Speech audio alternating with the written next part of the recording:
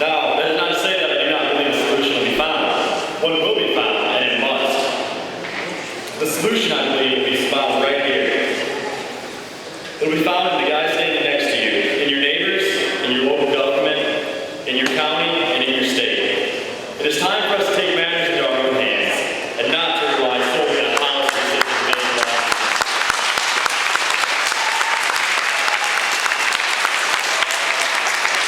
Now, let's not say that we're going to try to affect the policies made in Washington, because they affect us, and they'll continue to affect us. However, you can make the greatest impact locally. Do what Americans do best. Be self-reliant. Support your neighbors. Let them support you. And most of all, be responsible for your own actions and live your beliefs.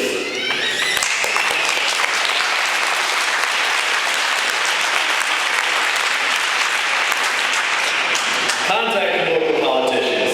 Get involved in your town. And most of all, put pressure on your elected officials at the state level. Stand up and positively influence the federal government. The real change will come when states start standing up and saying enough is enough. It all starts with you. We have the power to do it, and most of all, we have the responsibility to do it.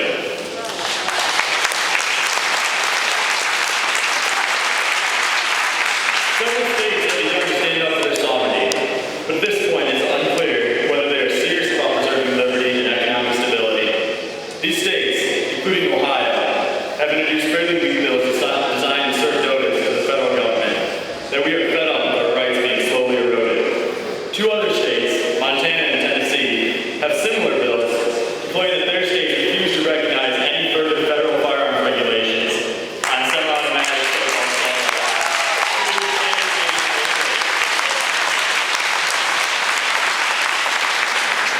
Whether these bills are simply posturing, we will soon find out. The right to own firearms may not be your hot button issue, but let me assure you that if this fundamental right is taken away, it will only expedite the erosion of the many freedoms we have known, the many freedoms we have sadly taken for granted over the years. When I was writing this, I decided I needed to be careful about what I said. Who knows, if tea parties are going to be listening.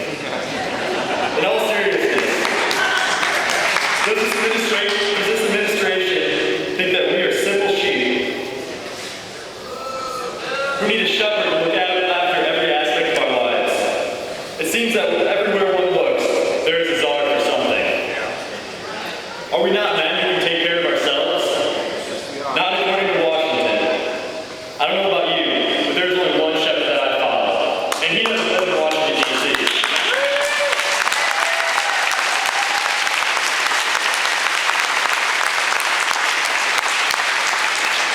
Why is it that Washington believes they can take care of our families and our land so much better than we can?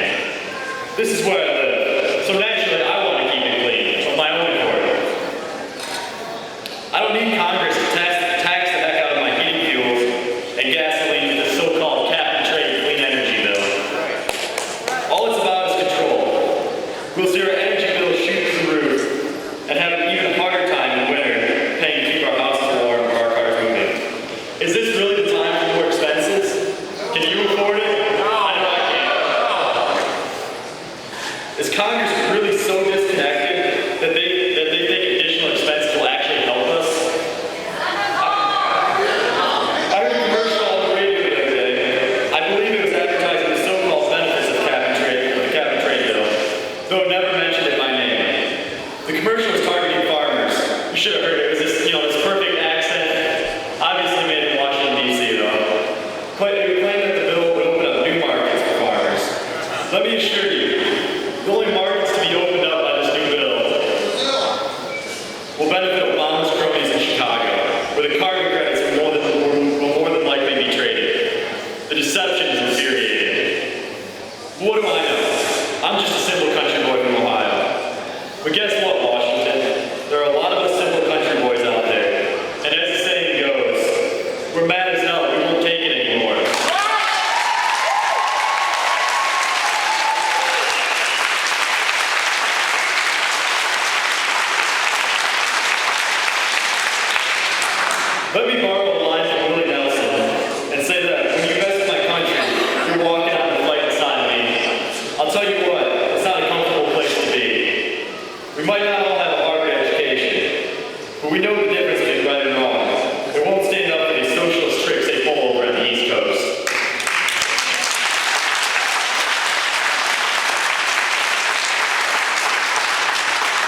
A sleeping giant has awoke once more.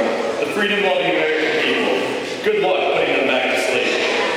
I look out and I see scores of people who are not going back to sleep anytime soon. Am I right?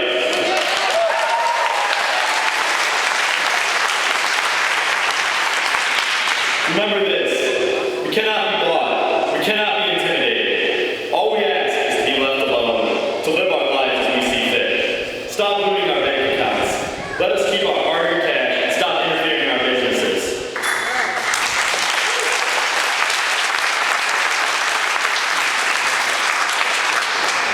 We don't need your highway money with its unconstitutional power-grabbing conditions.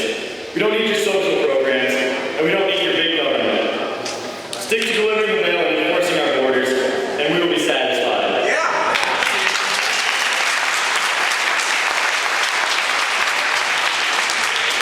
When the Sons of Liberty dumped the East India Company's team to Boston Harbor, they did so not knowing what the future would bring. This year, we embarked on the same journey. We seek to restore sanity in our government and gain back the freedom that has been lost over the years. Not just under the Obama administration, but going back decades. George Bush and the Republicans are just as guilty as the current administration. I know some people will be angry for saying that, but that's the truth. They will say that they passed the Patriot Act to fight terrorism and not hurt the American people. Well, guess what? The door was open, and the definition of terrorist is easily changed. I don't know how many of you saw what the Department of Homeland Security put out.